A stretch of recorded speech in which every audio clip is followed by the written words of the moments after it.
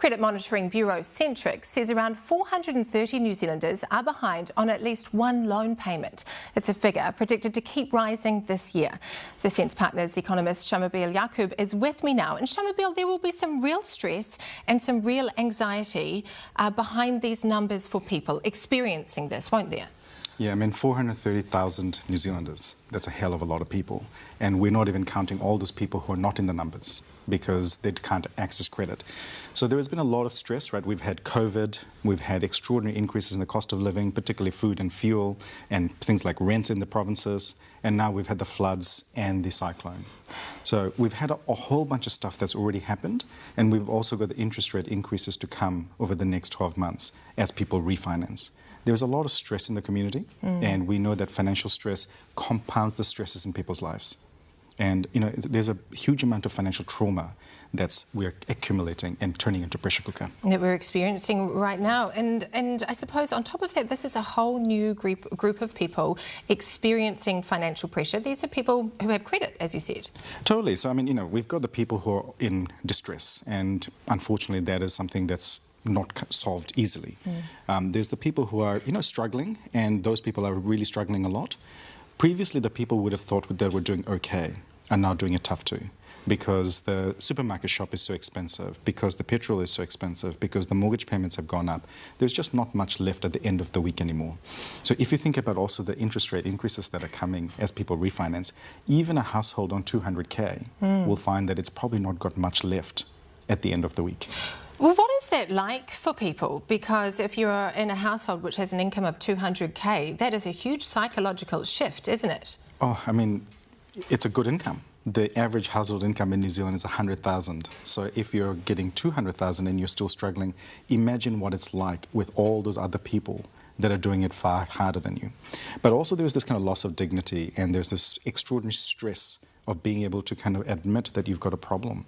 It's really, really hard. So when you look at all the research and the experience of people who are poor and are experiencing credit distress, the most overwhelming sense is shame and hopelessness. And the reality is that it's not just that, right?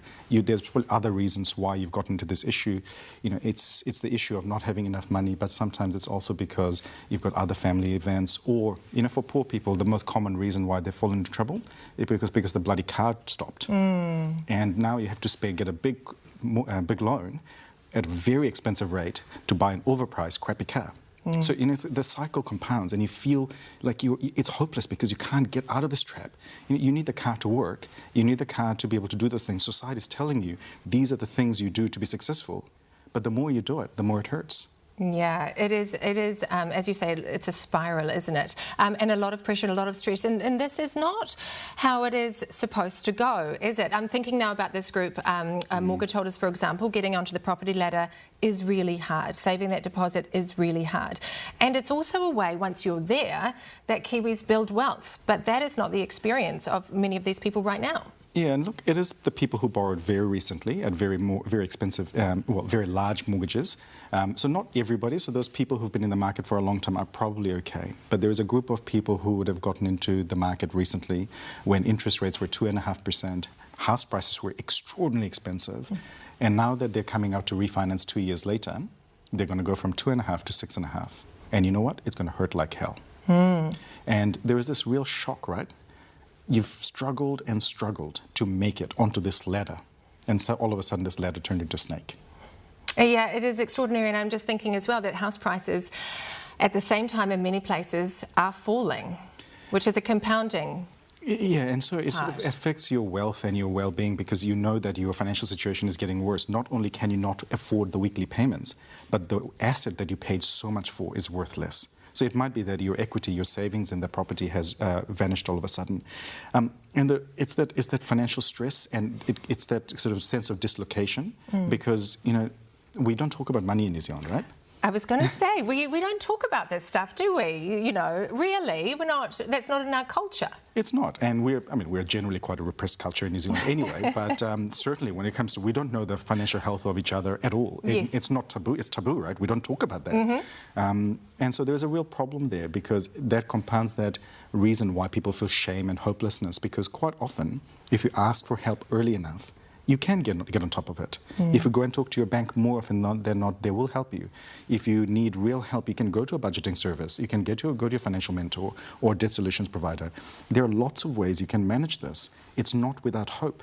But quite often what we have seen is people with very small amounts of loans, because they feel so hopeless, they'll shut the curtains so then the debt collector won't see them. They'll get isolated, and that festers and festers and festers.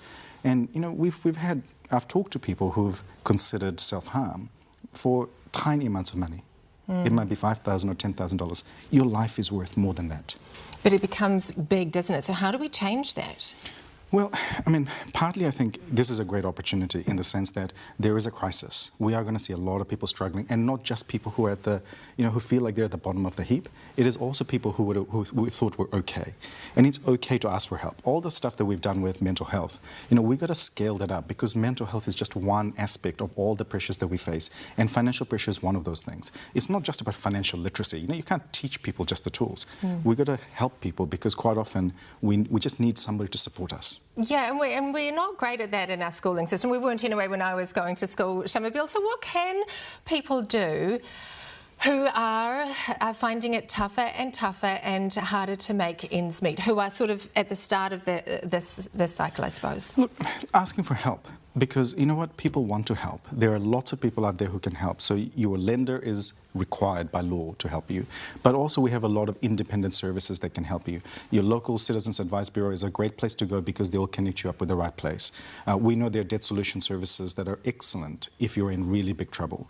We know that most of the banks have debt resolution services. So there are ways. Go and talk to your financial mentors, because they're really great. Yes, they're under a lot of pressure. We should fund them more and all those things. But there are some amazing people who do amazing work every single day. More often than not, we've kind of parked them to the side as services for poor people, but it's for services for everyone who needs help. And people, I suppose it's nice for them to hear that they are not alone. Well, if it's over 400,000 New Zealanders that are experiencing this in a country of 5 million people, you are not on your own.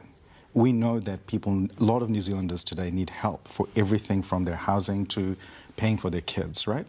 I mean, you know, what's extraordinary to me that we have a quarter of New Zealand households that receive some sort of housing subsidy. You know, basic human right. A quarter of New Zealand households require some sort of help from the rest of New Zealand to put a shelter over their head. What an extraordinary situation to be in. You are not alone. And you can ask for help, and the help is there. Those services need to scale up a lot, and I mean a lot, but the help is there.